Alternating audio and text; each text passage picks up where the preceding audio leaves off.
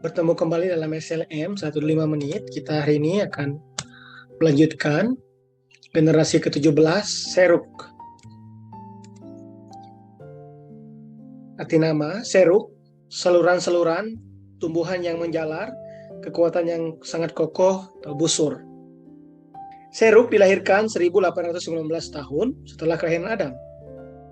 Seruk memperanakan Nahor pada usia 30 tahun. Dia hidup 200 tahun lagi dan memperanakan anak-anak lelaki dan perempuan. Dia mati pada usia 230 tahun. 2049 tahun setelah kelahiran Adam. Kejadian 11 ayat 22 dan 23. 1 Tawarik 1 ayat 26. Seruk hidup semasa dengan Nuh selama 187 tahun. Namanya tercatat di dalam silsilah Yesus Kristus di Injil Lukas 3 ayat 35. Nama seruk berasal dari kata sarak yang artinya menganyam, melilit dengan erat, atau membuat menjadi terjalin.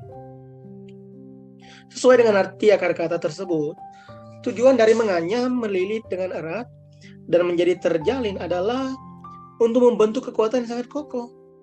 Arti ini bisa terlihat pada sulur yang melilit dengan erat terjalin sambil merambat naik pada tembok. Melekat dengan erat, dengan sangat erat dan sangat rapat oleh banyak julai yang kecil. Kata tersebut juga menyimbolkan busur pemanah dan kekuatan yang sangat kokoh.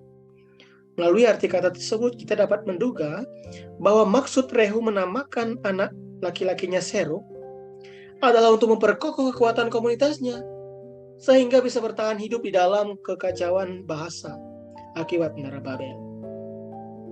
Akan tetapi kekuatan itu bukan merupakan kekuatan iman atau kekuatan yang diberikan dari sorga. Kekuatan demikian adalah kekuatan manusia, kekuatan materialistis dan humanistis yang dibuat berdasarkan persahabatan dengan dunia, dianyam di dalamnya, dan menjadi terjalin dengan dunia. Seruk sepenuhnya bersandar pada kekuatan dan kemampuannya. Pernyataan ini terbukti dari namanya, yaitu busur panah. Di dalam Alkitab pada umumnya busur panah digunakan sebagai senjata menyerang dan berhubungan dengan peperangan. Sebagai contoh hal ini tampak dengan jelas di ayat-ayat berikut.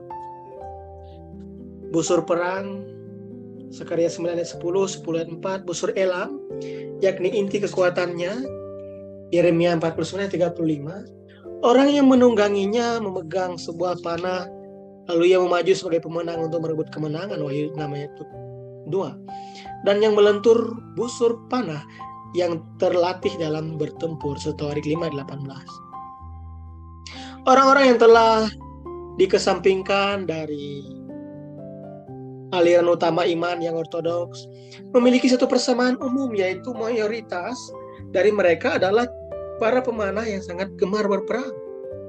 Contohnya Elam, anak laki-laki pertama Sem, adalah pemanah. Inti kekuatannya, Yeremia 49 ayat 35. Ismail, anak laki-laki dari gundik Abraham, juga adalah seorang pemanah, Kejadian 21:20. Dan Esau, anak laki-laki Ishak, juga adalah seorang pemburu yang menggunakan busur panah, Kejadian 27 ayat 3. Mereka agresif dan militan. Mereka juga bangsa yang gemar berperang, menjadi negara musuh yang menyerang dan menyakiti umat pilihan di generasi kemudian. Sepertinya pada zaman ini Seruk tidak memiliki fondasi kehidupan apapun yang dapat membentuknya untuk menetap di tanah tersebut setelah peristiwa menara Babel. Pada waktu itu ancaman dari kekuatan-kekuatan asing sering terjadi. Maka dia mempersenjatai dirinya dengan busur panah dan membangun kekuatan militer untuk berperang sebagai tindakan menjaga sukunya. Bukannya mempersenjatai dirinya dengan iman yang percaya kepada Allah, dia berlaku seperti bangsa-bangsa kafir yang berusaha melindungi dirinya dengan mempersenjatakan busur panah menurut caranya sendiri dan mempersatukan dan memperkokoh kekuatannya. Nabi Yesaya bernubuat mengenai orang-orang tersebut di Yesaya 31 ayat 1-3, bahwa mereka yang tidak bersandar kepada Allah namun bergantung pada negara yang kuat, mengandalkan banyaknya jumlah pasukan berkuda dan kereta kuda yang kasat mata, pasti akan menerima malapetaka dan kehancuran, karena mereka bukanlah roh ataupun Allah, melainkan hanya daging. Orang kudus sejati harus bersandar pada kekuatan Allah. Sekalipun tentara mempersiapkan pedang dan tombak untuk berperang, Semua alat perang ini tidak berarti apa-apa tanpa penyertaan Allah. Karena kemenangan ada di tangan Allah. Amsal 21 ayat 30-31. Di tangan Tuhanlah pertempuran. 1 Samuel 17 ayat 47. Penyelamatan darinya tidak tergantung pada faktor eksternal. 1 Samuel 14 ayat 6. Kadangkala Tuhan sendiri yang langsung berperang untuk umatnya. Keluaran 15 ayat 3, Keluaran 14 ayat 13. Menyadari hal ini, penulis Mazmur bernyanyi dengan iman. Bukan kepada panahku aku percaya, Mazmur 44 ayat 7. Bukankah ada banyak hal yang mustahil dengan kekuatan dan kemampuan manusia? Terkadang sesuatu tampak dapat dicapai dengan segera, tetapi seringkali tidak berjalan sesuai dengan yang kita bayangkan. Kekuatan manusia pada akhirnya akan tunduk pada kekuatan yang lebih besar. Orang kudus harus memandang dan menanti-nantikan dengan kesungguhan hati akan kekuatan dan kuasa yang bagaikan dinamit dari firman Tuhan. Ibrani 4 ayat 12, Kisah para Rasul 19 ayat 20. Dan kasih karunia-Nya. Kegembiraan yang diberikan Tuhan pada kalian akan menguatkan kalian. Bahasa Indonesia sehari-hari untuk kitab Nehemia 8 ayat 11. Kekuatan baru yang menakjubkan akan diberikan kepada orang-orang yang percaya dan bersandar kepada firman Allah. Mazmur 146 ayat 3-5. Yesaya 40 ayat 31. Orang-orang yang seperti ini dapat dengan mudah mengatasi segala krisis yang datang menghadang. Yesaya 40 ayat 31, Zakaria 4 ayat 6.